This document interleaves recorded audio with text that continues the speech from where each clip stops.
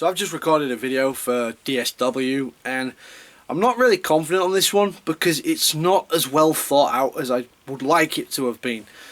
It relates to something that happened this week at work and training on something that I actually forgot about that I was doing, and it brought back a lot of thoughts and like concerns relating to the training. Watch the video to know what I'm talking about. But I was supposed to do a video originally at the beginning of the week, because I like to get my videos out Monday or Tuesday, preferably Tuesday because it's my day off, but a lot happened and I did have Tuesday off, but I had things to do so I couldn't do it. And to be honest, I didn't really have anything to talk about anyway. I'd have just made something off the cuff. At least this subject I've made it on is something I learnt about. I didn't really learn about it, did I?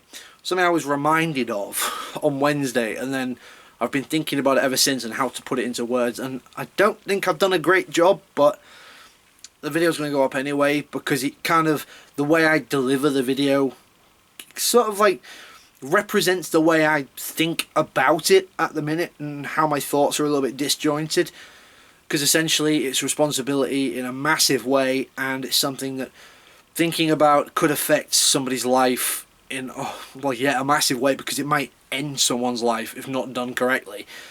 But it's not as negative as that. Because alright, essentially the video is about first aid and the ability to practice it, and it's, if you do it wrong or you don't do it enough and someone dies in front of you, what do you then think? It's going to hang over your head for the rest of your life, and that is something that's concerning, but it's discussed more in the video. Because it's something that could trigger anxiety, and I've had anxiety hugely, as I've covered in videos before, but it's not affected me at all. I mean, it has, obviously. It's confused me a bit, thinking, do I want to do it? But I do, but I don't. But it's not triggered my anxiety. I'm not sat in a corner gibbering, thinking, you know, oh my god, I'm just, it's something I've gone on with. Because anxiety now, whenever it tries to trigger, some part of my brain takes over where it's just pure logic. Well, there's no point in thinking like this. It doesn't help anything. All it does is make things worse. If I'm worrying about something, what I do in my brain is I start juggling through what I think could happen, what will happen, won't happen, what possible outcomes, and then I'll deal with them as it happens. Or if I can't deal, well, tough. Because life is not completely plannable. You can't live your entire life knowing exactly what's going to happen. And I think getting worried and caught up in about that sometimes makes things worse, because then instead of just worrying about the thing, you're then worrying about the thing. And if you're worrying about a thing that might not even happen, it just starts to affect you. And then instead of living your life normally, you're walking around in a complete daze thinking, oh well, my anxiety is triggering because of this. And then you're worrying about your anxiety triggering, which triggers your anxiety. You know, it's a self-defeating circle of rubbish, essentially.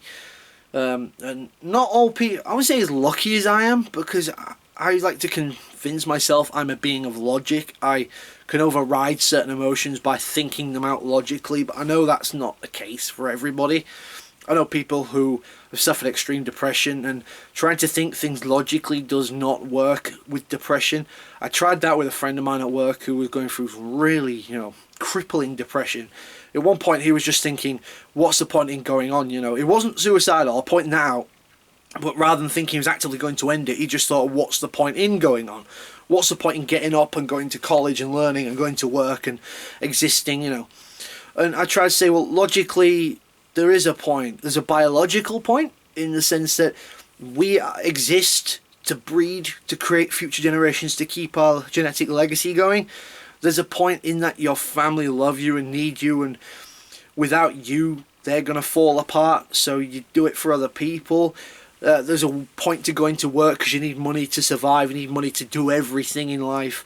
You can't go anywhere, eat anything, like that. Why go to college? Well, because it's going to contribute to your future, But it just doesn't work all the time when you break down things logically. I wish it did for people, because it's really done wonders for me.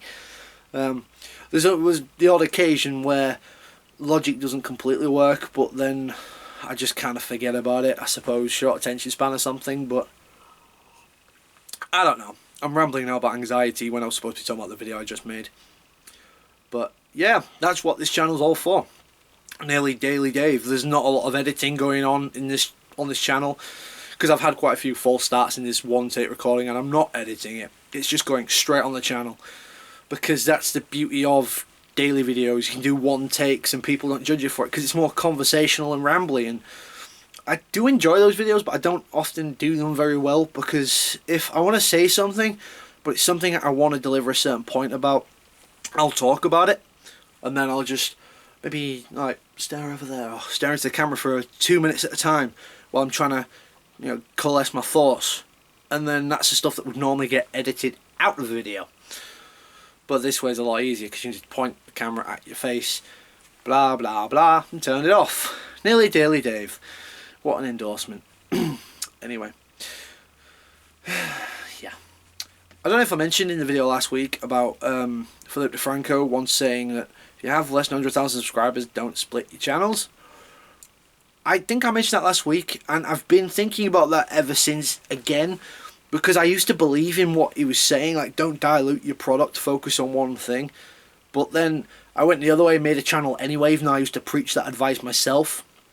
And now thinking about it as well, I can see where both points are coming from, if you get what I mean.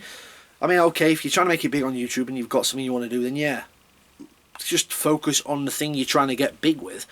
Otherwise, this is not really difficult doing. Setting a YouTube channel up takes about 10 minutes. You know, pointing the camera at your face and rambling, that's fine. You're not putting effort in. You're just going click and click, you send it on and off, then a few buttons uploaded, done. You know, so that's not really taking focus away, I don't think. You could leave this on as to upload as while you're editing something else, or while you're planning another video. So I know you can't question what he's done, because he has done a lot, and he's now got his own network, DeFranco network of channels, but I still think there is something to have an outlet that doesn't involve a lot of effort or editing, because DSW used to be my outlet, used to be my dumping ground, and I want to put a little bit more effort into the videos on there, just like I do for NFI, because that's where my effort used to go in the editing and the, you know, adjusting lighting, blah blah blah. I never used to bother on DSW until now. This channel has essentially become my third tier channel. DSW is my second tier for anything that doesn't fit on NFI. NFI is the main tier. Anyway, I should stop rambling, because I actually do have an NFI video to film for next Tuesday, which I could leave till next Tuesday, but then that means I've got 2 videos to edit and upload on Tuesday before I can even do housework and get uniform ready and all that kind of boring shit that no one cares about off camera, or on camera for that matter. So yeah, NearlyDailyDave, huh? I hopefully will see you around quicker than a week this time, because the idea is not just to make a video after I've made a video for DSW, because then I'll just be uploading once a week on here, which then no point calling it NearlyDailyDave. I might as well call it Weekly Dave. It doesn't have the same sort of alliteration and ring to it. Not that NearlyDailyDave does either. Anyway, I'm rambling, which I suppose is why Corolla T called her channel the Rambly Teabag, because they're just rambly videos. I should rethink my channel name, shouldn't I? NearlyDailyDave. Well, let's hope it's longer than a week. I need to find a better way to close these unedited videos off. Have a great day, guys, and I'll see you next time.